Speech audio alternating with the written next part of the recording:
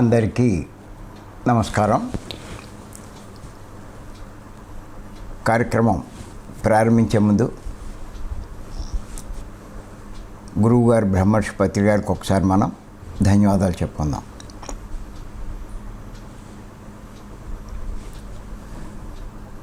మనం 78 ఎపిసోడ్ల నుంచి ఒక విషయమే చెప్పుకుంటున్నాం, ఉపమాన ధ్యాన సందేశాలు. అందులో ఈరోజు 35వ పార్ట్.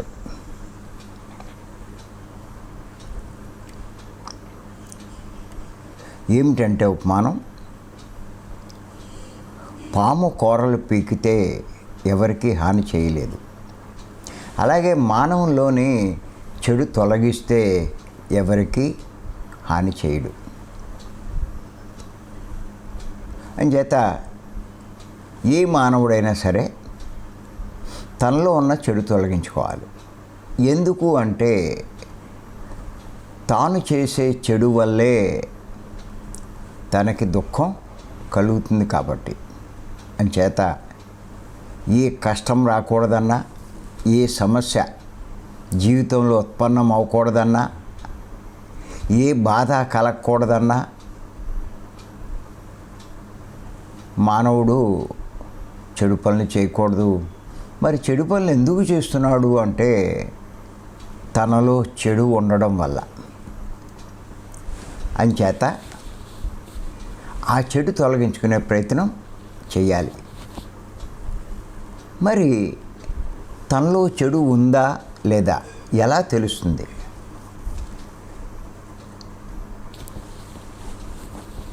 అసలు ఎన్ని రకాల చెడు మానవుల్లో ఉంది, ఆ విషయాలు ఇప్పుడు తెలుసుకుంటున్నాం. అందులో ఒక ముఖ్యమైనది ఏంటంటే, ముఖ్యమైన చెడు లక్షణం అజ్ఞానం అని చెప్పుకున్నాం.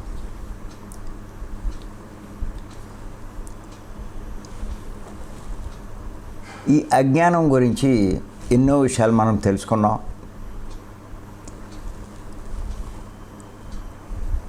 ఇప్పుడు మనం తెలుసుకునేది ఏంటి అంటే, అజ్ఞాన లక్షణం అంటే అజ్ఞానంతో ఉండేవాడి యొక్క ప్రవర్తన ఎలా ఉంటుంది. తెలిసి కూడా తెలియని వాడిలా ప్రవర్తించడమే అజ్ఞానం అంటారు. చూడండి, భయపడకూడదని అందరికీ తెలుసు, కానీ భయపడుతూనే ఉంటారు. ఎందుకు అలా భయపడుతున్నారు? అజ్ఞానమే దానికి కారణం. అంచేత ఈ అజ్ఞాన లక్షణమైనటువంటి భయం గురించి ఇంతకుముందు కొంచెం కొన్ని విషయాలు తెలుసుకున్నాం. మరికొన్ని విషయాలు ఇప్పుడు తెలుసుకుందాం. ఇది చాలా ఇంపార్టెంట్ ప్రతి ఒక్కరికి. ఈ భయం అనేది చాలా ఇంపార్టెంట్.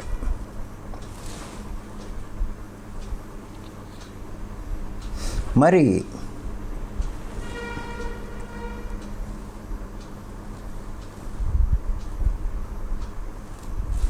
ఏమైనా మనం చెప్పుకున్నామంటే అజ్ఞానమే భయానికి కారణం. మరి అజ్ఞానం ఎలా పోతుంది అంటే ఆత్మజ్ఞానం పొందినప్పుడు. అది ఎలా వస్తుంది అంటే పత్రి గారు ఏమని చెప్పారంటే, ఆనాపానసతి ధ్యానం అంటే శ్వాస మీద ధ్యాస పెట్టి ధ్యానం చేస్తే, అనునిత్యం ధ్యానం చేస్తే, ఈ ధ్యాన సాధన వల్ల అన్ని రకాల భయాలు పోగొట్టుకోవచ్చు అని చెప్పారు. అప్పుడు ఎవడైనా సరే భయం తొలగిపోయి అభయులుగా ఉంటారు అని చెప్పి పత్రి గారు చెప్పడం జరిగింది. ఎంచేతంటే మానవులు రకరకాల భయాలతో రకరకాల జన్మలు తీసుకుని భూమి మీదకి వస్తారంట.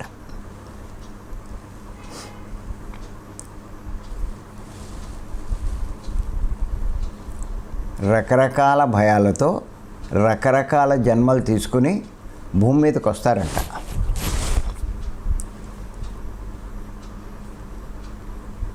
పత్రిక ఇంకా ఏమన్నారంటే, మానవుని జన్మ ప్రణాళికలో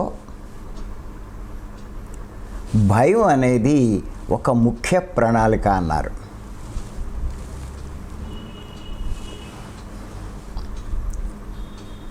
ఇంకా ఏమన్నారంటే, ఈ భూమి మీదకు వచ్చి ఆ భయాన్ని ఎదిరించడమే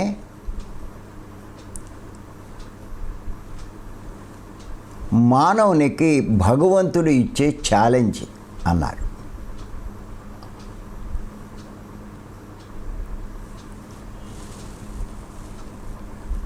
ఒకరికి నీరు అంటే భయం,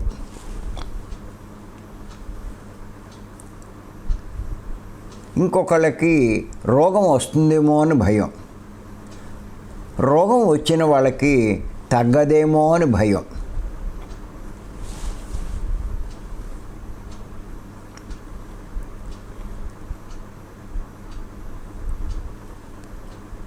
ఇంకొకళ్ళకి రోగం వస్తే ఎంత డబ్బు ఖర్చు అవుతుందో అనేటువంటి భయం,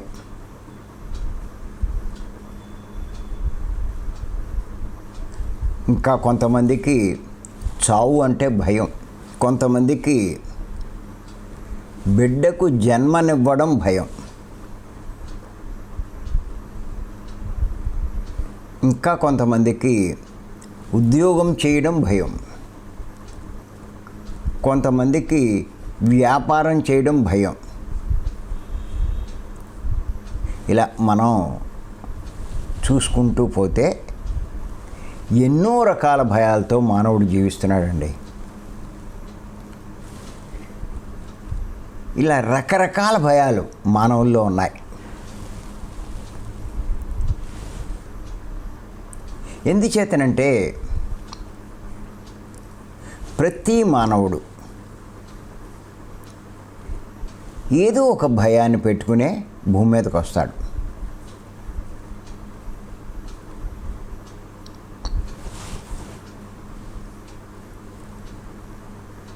అలా ఆ భయంతో వచ్చి ఈ భూమి మీద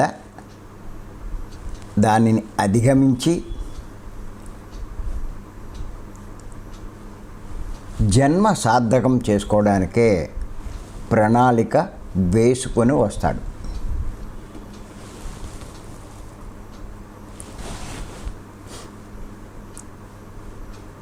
దీని అర్థం ఏంటంటే, మనమే భయాన్ని తెచ్చుకొని వస్తాం. అంచేత భయాన్ని అధిగమించే ప్రయత్నం చెయ్యాలి. మనం తెలుసుకున్నాం కదా, ఎదుర్కోవాలి, పారిపోకూడదు. అప్పుడు మీరు ఆ భయాన్ని అధిగమిస్తారు.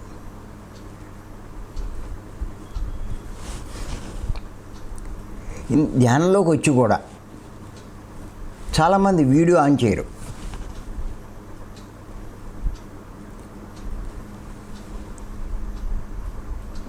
చాలామంది ఎన్నో విషయాలు తెలుసుకోవాలని అనుకుంటారు, కానీ మన క్లాసులో జాయిన్ అవ్వరు. ఏమంటారో అని భయం. నువ్వు ఎదుర్కొంటేగా ఆ భయంలోంచి పోతావు. ఎదుర్కోపోతే ఆ భయం ఎప్పటికీ అలాగే ఉంటుంది. ఎన్నో భయాల్లో అదో భయం. పత్రి గారి దగ్గర ఎదుర్కొన్నాను నేను. అందుకే ఈ స్థాయికి వచ్చాను నేను, ఇంత జ్ఞానం సంపాదించుకోగలిగా. చేత భయానికి భయపడకూడదు, ఎదుర్కోవడమే. ఏమవుతుంది?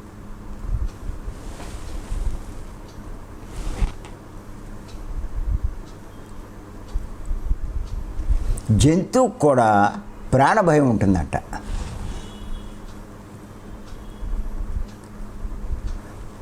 ఆ ప్రాణభయం ఉండడం వల్లే అది తనను తాను రక్షించుకునే ప్రయత్నం చేస్తుంది.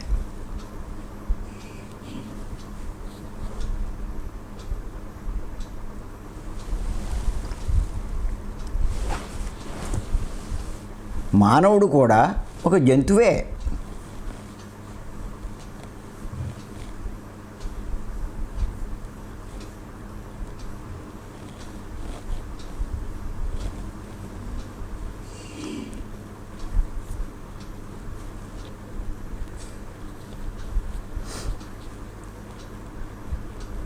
జంతు సామ్రాజ్యంలో పరిణామ క్రమంలో అభివృద్ధి చెందినవాడు మానవుడు.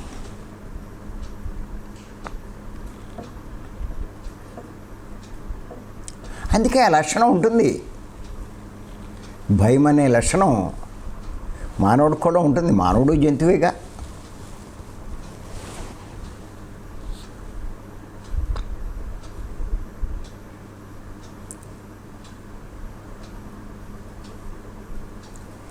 ఎన్ని రకాలండి భయాలు. ఉద్యోగం పోతుందేమో అన్న భయం, పెళ్ళి అయ్యాక పిల్లలు పుడతారో లేదో అనే భయం, పైగా ఆడపిల్లలు పుడతారేమో అనేటువంటి భయం,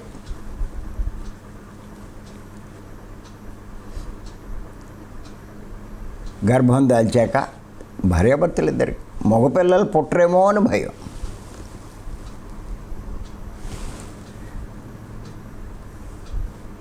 పుట్టేదాకా పుట్టరేమో అని భయం, పుట్టిన తర్వాత వీళ్ళని ఎలా పెంచగలము,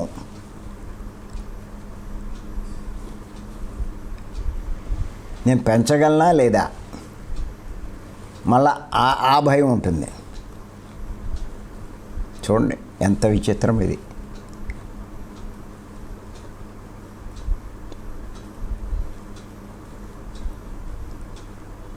అలా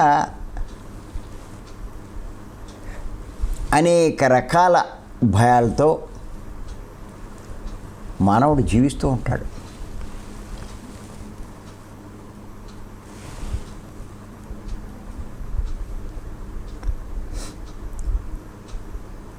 ఎందుకంటే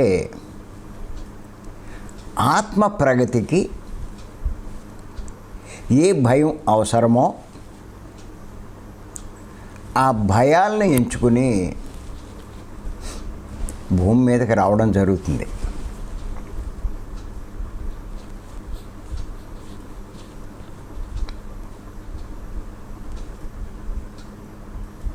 అంచేత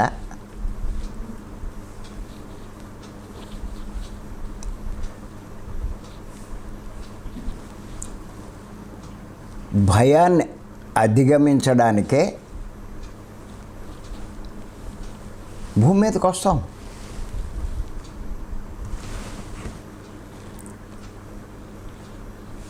పత్రిక గారు ఏమన్నారంటే ఆత్మ పురోగతి పొందాలంటే భయం అవసరమంట.